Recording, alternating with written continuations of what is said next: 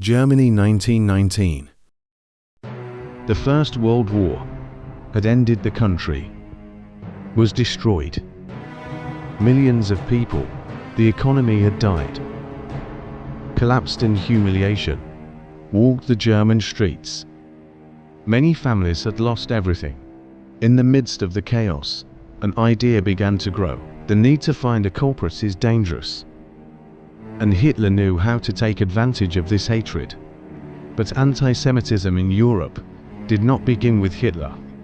During centuries, the Jews had been persecuted, discriminated against, and accused of causing economic crises, diseases, and social problems.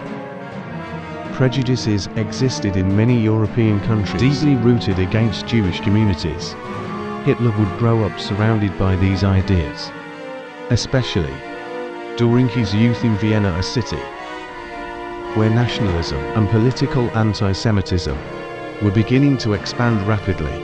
At the beginning of the 20th century, Hitler dreamed of becoming an artist, tried to enter the Academy of Fine Arts in Vienna, but was rejected not a, but twice. 4 years lived in cheap pensions, selling small paintings and 4. Many historians describe this young Hitler as a lonely and resentful, frustrated person in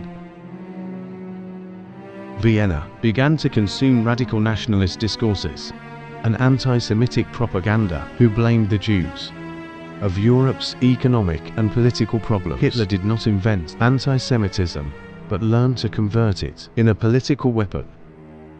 After World War I, Germany, the Treaty of was devastated and forced the country to pay huge financial reparations to the airline, destroyed the savings of millions of families. At times, Asian money lost so much value that people needed wheelbarrows full of tickets to buy food. Unemployment was rising. Factories were closing and fear grew up in the streets. Many Germans felt that their country had been humiliated, and in times of despair, people often look for simple answers. For complex problems, Hitler understood that perfectly, began to blame publicly to the Jews of the German defeat, of the economic crisis, and the alleged weakening of the nation. Although these accusations, they had no real basis, Nazi propaganda repeated them constantly. Speeches in newspapers, on posters,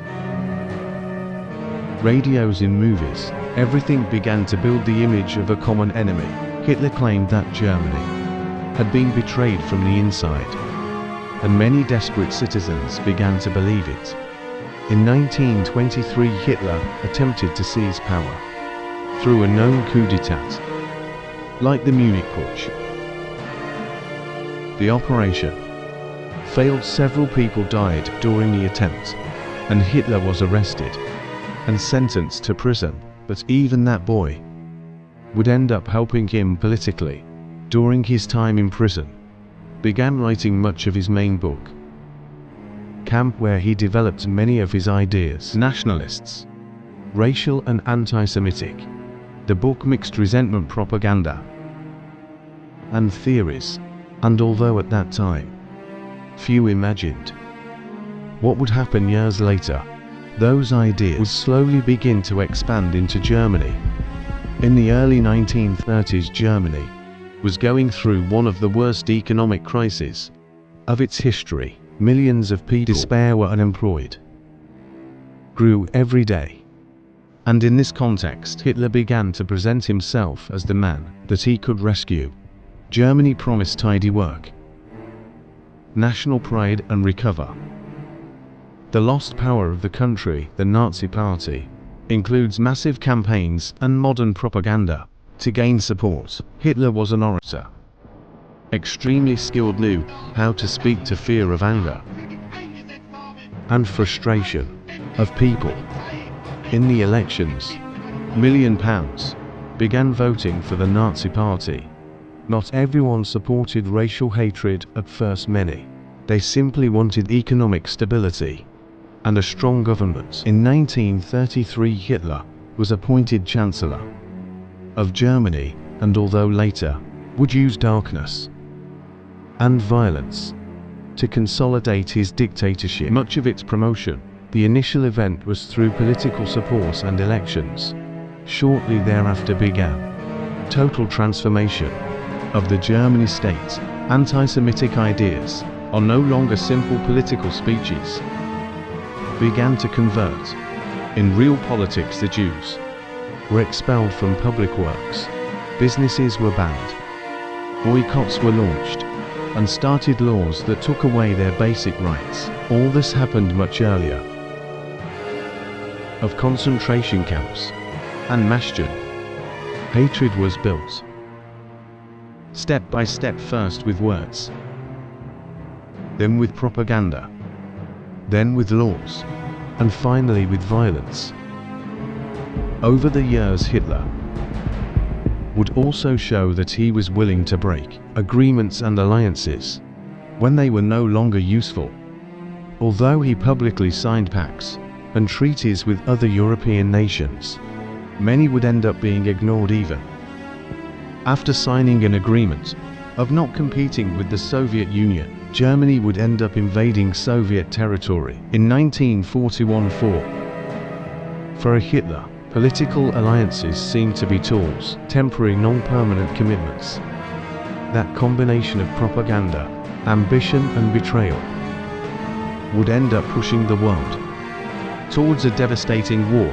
One of the most dangerous aspects of the Nazi regime was its capacity to transform old prejudices in a gigantic political trajectory.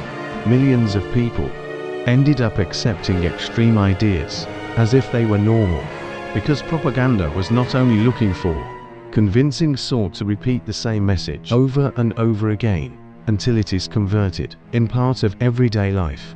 History demonstrates that fear, the economic crisis, and manipulation can change deeply to a company, and the case of Nazi Germany continues to being one of the most dangerous examples of how a leader can convert collective resentment in organized hatred, because the shadows of history do not appear overnight, are built slowly with fear, have with propaganda, with division, and when society stops questioning these speeches, other consequences can be devastating. Millions of people would end up paying the price of an ideology based on hate, manipulation, and fear, a historical lesson that the world still remembers to date.